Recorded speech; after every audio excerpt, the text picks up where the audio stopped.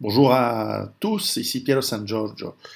Tous les matins, je consulte plusieurs sites d'information pour avoir un petit peu les infos du monde entier, ce qui me permet d'être un petit peu à jour sur deux, trois points qui pour moi sont fondamentaux quant à l'économie et quant à la géopolitique du monde, ce qui me permet d'avoir un petit peu... Et parfois on tombe sur des faits divers. Hier, je lisais, avant-hier en fait, je lisais sur des sites américains euh, le, le fait divers du jour. C'était un enfant de 2 ans en Floride, dans un des hôtels liés près de Disney World à Orlando. Je crois que c'est Orlando. C'est là, faut pas aller à Orlando en ce moment. Et bon, le gamin de 2 ans avec ses parents qui venaient du Nebraska, je crois, bonne tête, le gamin en plus. Eh bien, malheureusement, ils l'ont laissé jouer dans l'eau à un endroit où la baignade est interdite, parce qu'en fait, en Floride, il y a des alligators. Et pas de chance, un alligator a chopé le gamin. Les parents ont essayé de probablement le rattraper, mais ces bestioles, ça court vite. Et l'alligator a pris le gamin. Et évidemment, hier, la police disait, bon, bah, on voudrait pas donner des mauvaises nouvelles, mais enfin, notre, voilà, notre avis est un peu compromis quant à la possibilité de survie du gamin. Évidemment, il est mort dans les 5 minutes qui ont suivi l'attaque. Ces animaux, normalement, on s'attaque pas aux humains, on est trop gros, c'est des alligators, c'est petit, hein, c'est pas très fort. Mais enfin, un enfant de 2 ans, voilà, donc évidemment, aujourd'hui, ils ont retrouvé ils ont tué une douzaine d'alligators dans ce petit lac. Et ils les ont évidemment, ils les ont éventrés. Et dans l'un d'eux, eh bien, ils ont trouvé évidemment les restes du petit garçon. Alors évidemment, c'est triste. Moi aussi, j'ai un petit enfant, mon dernier, il a 2 ans et demi, donc je me rends bien compte à quel point ça doit être horrible et triste pour les parents. Et même si quelque part c'est un peu une sorte de Darwin Award, alors évidemment le pauvre gamin il est innocent, il joue près de l'eau, il sait pas, c'est le rôle des parents de protéger les enfants lorsqu'ils sont petits. Mais ce que cela, c'est vraiment un fait divers, c'est un épiphénomène, ça n'a en fait aucune importance, mais ça m'a fait réfléchir à une chose que peut-être je n'ai pas assez communiqué dans mes livres pour l'instant, et certainement dans ces vidéos, c'est qu'en réalité, lorsque vous avez une approche l'approche de la survie est essentiellement liée. On parle souvent de matériel dans les vidéos, on parle souvent de technique, mais la réalité, c'est que c'est souvent du mental. Je dirais que 60% de nos actions, 60% de nos techniques de survie, en réalité, elles sont basées sur le mental. Si on n'a pas le mental, ça devient très très difficile. Euh, et ceci est corroboré par tous les récits de survie que l'on a à travers voilà, des exemples peut-être de survie très hardcore, ce qu'on appelle le deep survival, la survie profonde.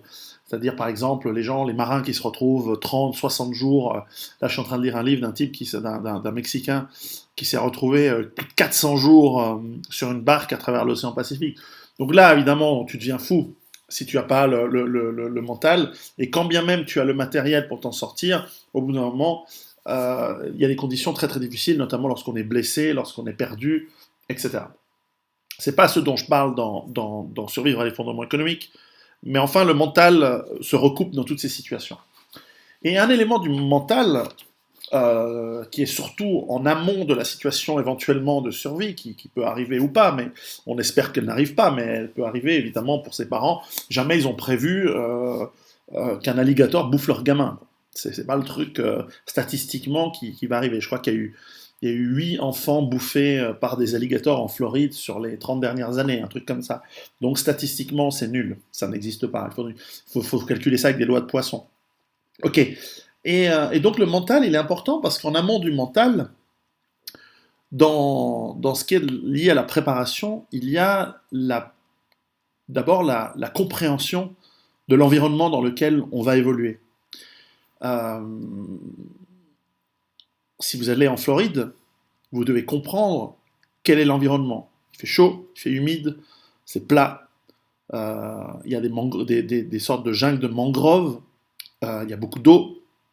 Et dans cette eau, il y a des serpents et des alligators. Est-ce que c'est très dangereux comme environnement? Pas trop. Est-ce que le climat est dangereux? La plupart du temps, non, mais il peut y avoir des ouragans. Donc, prendre en compte l'environnement, les éléments naturels, la faune, la flore, le climat, les perturbations éventuelles dans ce climat, à tout moment, à tout voyage, fait partie de l'attitude mentale qui nous prépare d'abord à éviter les problèmes, et quand bien même des problèmes puissent arriver, à éventuellement faire quelque chose et s'en sortir. Euh, Ceci, c'est en fait, ce n'est pas simplement une approche pratique, pragmatique. C'est une attitude, évidemment, salutaire en tout temps, mais qui en fait se résume à avoir de l'humilité. Nous devons, en tant qu'être humain, être humbles par rapport, moi, à ce que j'appelle la loi avec un grand L, c'est-à-dire les lois de la physique, les lois de la nature. C'est-à-dire que euh, nous ne pouvons pas nous balader comme des touristes dans la vie. Où que nous soyons, où que nous allions, nous devons avoir dans notre esprit cette manière de réfléchir à qu'est-ce qui pourrait mal se passer, qu'est-ce qui pourrait se passer tout court si je vais d'ici à la Floride, ou d'ici à la montagne, ou d'ici à la mer. Il se peut qu'on ait un accident de voiture, il se peut qu'on soit confronté justement à la faune ou à la flore, il se peut qu'on soit confronté au climat, il se peut que l'on soit confronté à une agression si on va dans un endroit où les agressions sont possibles. Il se peut que l'on soit confronté à un accident. Et toute cette approche mentale va permettre ensuite d'en déduire la technique qu'il faut apprendre et qu'il faut savoir mettre en œuvre, et le matériel que l'on va ensuite considérer comme étant nécessaire pour pallier à ces éventualités. Mais en amont, c'est toujours le mental, la réflexion. Qu'est-ce qui est nécessaire? Quel est l'environnement? Quels sont les problèmes, les dangers? Toute cette approche, eh bien, elle est normale. Alors vous allez me dire, les gars, cette pauvre famille du Nebraska, ils ne connaissent pas la Floride. Et oui, et tout à fait, et c'est vrai. Et c'est pour ça que l'on a, aujourd'hui avec Internet, il n'y a aucune excuse, mais c'est pour ça qu'on peut se renseigner, on peut apprendre. Vous pensez qu'au XIXe siècle, lorsque les gens étaient beaucoup plus intelligents que nous, parce qu'ils étaient confrontés il y avait une sélection naturelle beaucoup plus dure, donc il y avait beaucoup moins d'idiots, les gens se renseignaient, hein, quand on prenait le bateau pour traverser l'Atlantique pour aller, je sais pas, en Argentine. euh, je ne sais pas s'ils avaient une attitude de survie par rapport au fait, et si le bateau coule, est-ce que je sais nager, est-ce que je connais les procédures pour aller sur le canot de sauvetage et les bouées, etc. Mais certainement, les gens se renseignaient sur l'Argentine. Ils lisaient, ils étaient curieux. Aujourd'hui, on est trop des touristes. On se balade, les mains dans les poches, le bide à l'air, et ouais, de toute façon, on sait qu'on va trouver du McDonald's partout.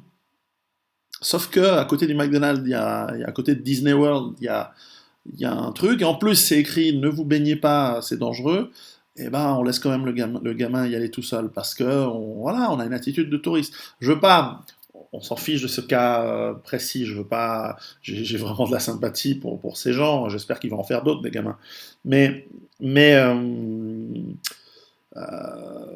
voilà, cette attitude-là, elle va pas bien. Je sais pas par ceux et celles parmi vous qui ont des enfants, vous savez à quel point, surtout lorsqu'ils sont tout petits, à moins de 4 ans, à quel point il faut être paranoïaque par rapport à eux. Il faut se dire, voilà, quand on est sur le trottoir, on les a à l'œil, on leur donne la main, on laisse pas un gamin dans la rue tout seul, parce que même s'il sait, et certains enfants ont plus de crainte que d'autres, par exemple par rapport aux voitures, on leur fait pas confiance à cet âge-là.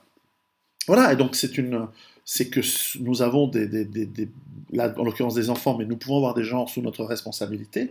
Nous devons penser à ce qui peut arriver à eux. Et en l'occurrence, il n'y a pas besoin de matériel ou d'équipement particulier pour un enfant dans la rue ou pour un enfant près de la mer. Cette humilité, en réalité, soit c'est un état d'esprit, soit on vous l'a appris, soit vos parents ou ceux qui vous ont éduqué ou élevé vous l'ont apprise. Ou alors vous l'avez expérimenté. Moi je me souviens très bien le jour où... Enfin j'ai plusieurs expériences, mais je peux vous en relater quelques-unes, mais je me souviens très bien une des fois où c'était clair dans ma tête que cette humilité est totalement nécessaire. La toute première fois que j'ai voyagé que je suis allé à Hawaï, en fait c'est la seule fois où je suis allé à Hawaï, c'était en 1986 ou 87, 87 peut-être, 88, il y a pas mal de temps donc. Et donc, avec mes parents, on avait fait cette traversée, on a fait une sorte de tour du monde en fait, parce qu'on était allé en Californie, puis de là, on était passé à Hawaï. Et je me souviens très bien sur cette île, qui est, je crois, l'île de Kauai. On était dans cet hôtel et effectivement, on était sur la côte nord où il y a des grandes vagues. Et alors, c'est pas les toutes grandes vagues comme on voit les surfeurs, mais enfin, elles étaient grandes quand même. C'était quand même des belles vagues, bien plus hautes que moi, donc en tout cas, des vagues de 2 mètres. Donc, ça représente un poids d'eau. Sauf que à l'âge que j'avais, je devais avoir 16 ans, peut-être 15 ans, voilà, on se sent immortel, on se sent capable, et je m'étais dit, de manière très, très intelligente, que se passerait-il? Je me demande ce que ça fait de se recevoir un mur d'eau comme ça sur soi-même. Alors j'ai pris mon maillot de bain, je vais dans l'eau est très chaude, c'est très agréable, alors voilà, on se prend des petites vagues, etc. Puis je vais un petit peu plus loin, là où il y a vraiment les grosses vagues et les gros rouleaux, et j'essaye, je vois comment les gens y font, tu plonges dans la vague lorsqu'elle monte, comme j'ai pu le faire en Méditerranée, et effectivement c'est rigolo jusqu'au jour où tu ne fais pas attention, jusqu'à l'instant où tu ne fais pas attention, tout ça, ça a dû durer un quart d'heure, et tu te retournes et tu vois ce mur d'eau qui arrive et qui tombe, et la vague se brise, et elle te tombe dessus. Et là, tu as un petit moment de oh shit moment, comme on dit en anglais, le moment du ah merde. Et c'est là où on se rend compte tout d'un coup qu'une vague de 2 mètres de haut, c'est des dizaines de tonnes de puissance, de poids. Et que projeté à une certaine vitesse, certes pas très rapide, hein, peut-être 1 km/h ou 2, ça représente pas mal de joules de puissance. Et donc, on se prend tout d'un coup un mur d'eau et on se retrouve 30 secondes de machine à laver plus tard sur la plage avec le slip sur la tête et le sable rocailleux volcanique dans le fion. En gros, tu te fais sodomiser par la vague et par le sable que la vague pousse devant toi. Donc en fait, tu te retrouves complètement un peu fracassé sur la vague. Alors tout va bien, rien de cassé. Moi, je connais des gens qui sont cassés des hanches en faisant ça. Je les ai connus plus tard. Et donc, c'est un moment où tu dis, ah ouais, moi, contre la nature, je perds. Et c'est un élément que, alors moi, j'ai pas le pied marin, mais c'est un élément que les montagnards et nous autres qui vivons dans les montagnes le savons très bien. Moi, j'ai fait beaucoup de ski dans mon enfance, j'ai fait beaucoup de randonnées en montagne, etc. On sait très bien que l'on apprend, et les Savoyards que je salue ici le savent très bien, on apprend à respecter la puissance de la nature, la puissance de la montagne et le changement de climat. Tous les alpinistes, les montagnards, les guides de montagne ou ceux qui font des expéditions sans aller jusqu'à l'Himalaya, mais même dans les Alpes, savent très bien que chaque matin, chaque départ, si on n'est pas attentif d'abord au mental, être prêt à tout, et ensuite vérifier le matériel et être sûr des techniques que l'on a, on peut ne pas revenir. Même ici dans les Alpes, même dans le Mont Blanc, même il y a chaque année des gens qui meurent, y compris des guides. Et donc des gens expérimentés. Et même avec cette humilité, donc il y a un risque d'y rester. Parce que la nature, elle est impitoyable, elle n'est pas bonne. Souvent, les écolos me font rire quand ils sont dans cette idée, ah oui, l'être humain, c'est une horreur. La nature, elle n'en a rien à foutre de nous, elle n'en a pas besoin. Elle est bien plus puissante, enfin, ce concept de nature. C'est-à-dire que les forces en présence sont immenses par rapport à nous autres petits singes, petits primates évolués, qui ne pesons rien, nous allons nous faire balayer si on ne fait pas attention. Donc en fait, l'écologie, c'est de sauver l'humain, c'est pas sauver la nature ou sauver la planète, elle en a rien à foutre de nous. Mais tout ça pour dire que, voilà, cette histoire d'alligator doit nous faire penser au mental, à cette préparation sans laquelle euh, tout le reste, acheter des flingues, stocker de la bouffe, etc., n'est que très accessoire en réalité. Et c'est simplement, ce sont des sujets qui sont tellement individuel, tellement unique en fonction des situations et de la personne qu'il est compliqué d'en parler. Et donc c'est vrai que peut-être que dans mes livres, c'est un sujet dont je parle, mais qui est laissé à la découverte en fait de la personne et au jugement intime de chaque lecteur, de chaque lectrice. Et donc voilà, ça sert à rien d'aller plus loin. Et donc, je voulais un petit peu vous attirer votre attention par ces quelques exemples à l'importance extrême de réfléchir au mental, de travailler sur son mental. Ce sera peut-être quelque chose qu'il faudra que j'explique plus tard. Comment est-ce qu'on peut travailler le mental, comment être extrêmement rigide et en même temps flexible et en même temps avoir du sens de l'humour. Ce sont des éléments qui, selon moi, sont fondamentaux. C'est une triptyque très fondamentale pour la survie, mais j'en parlerai une autre fois. Et donc, voilà, réfléchissez à... Vous allez peut-être partir en vacances cet été, vous allez tous les jours peut-être faire un voyage pour aller sur votre lieu de travail, et ce trajet, pardon, vous allez le faire en voiture, ou en transport public, ou à vélo, ou à pied. Chaque matin, ne partez pas comme un touriste, réfléchissez à qu'est-ce qui peut vous arriver, quels sont les éléments à risque, l'accident de voiture, l'accident de vélo, le fait de tomber dans un trou en marchant, non mais ça arrive. Euh, comme vous le savez peut-être, m'arrivait de travailler, de faire des cours de ski à des personnes en chaise roulante, et lorsque l'on a leur historique, parfois il y a des accidents qui sont très très très cons, hein. Des mecs qui tombent d'une colline avec le sac à dos trop lourd et ça leur fracasse les vertèbres. Euh, le type te dit voilà, j'avais la tête en l'air et j'ai glissé et j'aurais été concentré sur ce qui était important à ce moment-là, c'est-à-dire marcher sur cette crête de colline. C'est même pas une montagne, une colline. Je ne serais pas en chaise roulante aujourd'hui. Ça fait réfléchir. Donc voilà, après, Mektoub, hein, comme on dit en France. Il y a le destin. Voilà, moi je ne crois pas à ces choses-là. Mais c'est vrai qu'une fois que ça arrive, on peut aussi mitiger l'impact psychologique de quelque chose de merdique qui vous arrive en disant bon, bah, c'est le destin, voilà. Maintenant, il faut aller de l'avant, faut faire avec. Ça, je suis d'accord aussi. Mais enfin, avant que ça arrive, réfléchissons voilà. Je veux dire, les gens qui te disent non, mais moi j'adore les serpents, j'ai des serpents chez moi, ils vont se faire piquer, enfin, ils vont se faire mordre. C'est comme ça. Donc, réfléchis aux conditions et aux environnements dans lesquels on évolue, où on va, quand vous allez en voyage, prévoyez les choses. Par exemple, ces gens en Floride, et peut-être qu'ils auraient dû avoir un couteau sur eux. Et un couteau sur eux, peut-être, ça aurait pu faire la différence. Peut-être qu'ils savaient pas nager, peut-être qu'ils n'étaient pas en bonne condition physique, peut-être c'est des gros patapoufs américains, vous voyez, et que quand ils ont vu leur gamin se faire prendre par le crocodile, ils n'ont pas osé sauter dans l'eau, attraper le crocodile, avec les dents s'il faut. J'en sais rien, je n'étais pas là. Je ne veux pas juger en plus. Mais peut-être qu'ils n'avaient pas la condition physique, peut-être qu'ils n'avaient pas les outils, peut-être ils ont juste pas pu imaginer que c'était possible. Et ils ont perdu leur enfant. Donc, ce genre de drame, ça arrive toujours, ça arrivera toujours, mais on espère que ça ne nous arrive pas. Et donc, il faut travailler tout cela. Voilà.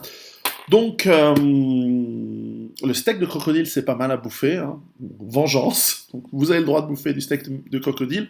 Pour ceux qui me suivent mes vidéos, là, j'en suis à 2 semaines de jeûne intermittent, c'est-à-dire je profite de cette période de Ramadan, comme ça, je vois ce que ça fait. Donc l'idée, c'est qu'en gros, au réveil, je mange pas. D'ailleurs, quand je me réveille le matin, 6h, 7h le matin, j'ai jamais faim. Donc en gros, ça fait 2 semaines que je prends un petit café ou éventuellement un tout petit jus de fruits, mais vraiment tout petit. Je pense que le soleil se lève à 6h, mais on s'en fout. Moi, je suis pas religieux, donc je n'ai rien à foutre de l'heure exacte. Je mange pas à midi, et en général, le soir, c'est vers 7h, 7h30 que je mange un truc, mais j'ai même pas tellement faim. J'ai perdu 2 kilos en 2 semaines. On s'en fout, c'est pas une question de poids. Pour l'instant, ça se passe bien, mais c'est vrai que j'ai un peu de mauvaise humeur aux environs de midi quand j'ai la dalle. Mais alors j'ai dit, je bois la journée parce que je fais du sport, je sors d'une heure de gym, je vais marcher pendant 1 heure, ensuite bah, je bois, quoi. C'est comme ça. Et donc, tu bois 1 litre d'eau et ça passe, quoi. Mais c'est vrai qu'il y a un petit peu de mauvaise humeur au bout de 3-4 jours où tu bouffes pas à midi. Donc ça se passe bien, c'est pas très compliqué.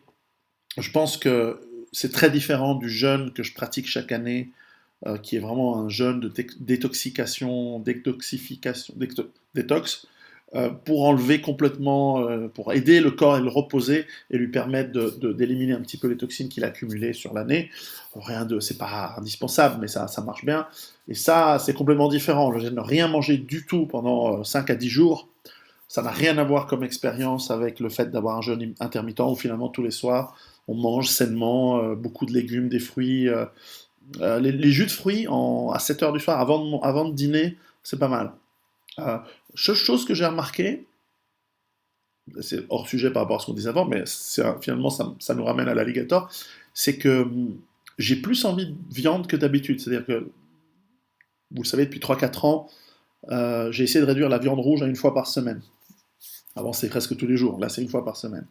Et là, j'ai plus envie de viande rouge, mais du steak de bœuf saignant, oui, avec le petit sel dessus, cuit au beurre, à la poêle grillée comme ça. Ouais, ça, j'ai envie de ça. Et c'est étrange, hein, comme le corps, il te... Bon, alors c'est peut-être parce que je fais du sport et que le fait de ne pas manger de légumes ou de salade à midi, bah, le corps, il réclame plus de protéines, parce qu'il y en a dans les légumes, hein, des protéines. Mais simplement, il en veut beaucoup, donc ça donne envie de bouffer de la bidoche. Mais voilà, c'est la seule différence par rapport à d'habitude. Et en fait, bon, ça c'est très personnel, c'est que par nature, moi je préfère manger midi et pas le soir. J'aime bien voilà, c'est ma nature, je me suis habitué peut-être, c'est peut-être des habitudes, manger peu au petit déjeuner et beaucoup, et beaucoup à midi et pas beaucoup le soir. Ce qui est emmerdant, c'est que lorsqu'on a une famille, le repas de famille principal, la semaine en tout cas, c'est après l'école, c'est le soir. Et donc, je finis par bouffer beaucoup à midi et aussi parfois beaucoup le soir. Donc ça, c'est un truc mauvais. Et en faisant le jeûne intermittent, bah, c'est sûr que le soir, on a faim, donc on mange plutôt plus le soir, et donc rien à midi, et ça se passe très bien. Enfin voilà, ça c'était pour les curieux. Vous avez pas enfin, bref, si ça vous intéressait pas, fallait pas écouter les 4 dernières minutes. Mais bon, c'est trop tard. Allez, à bientôt et préparez-vous, et le mental, hein. Allez, ciao.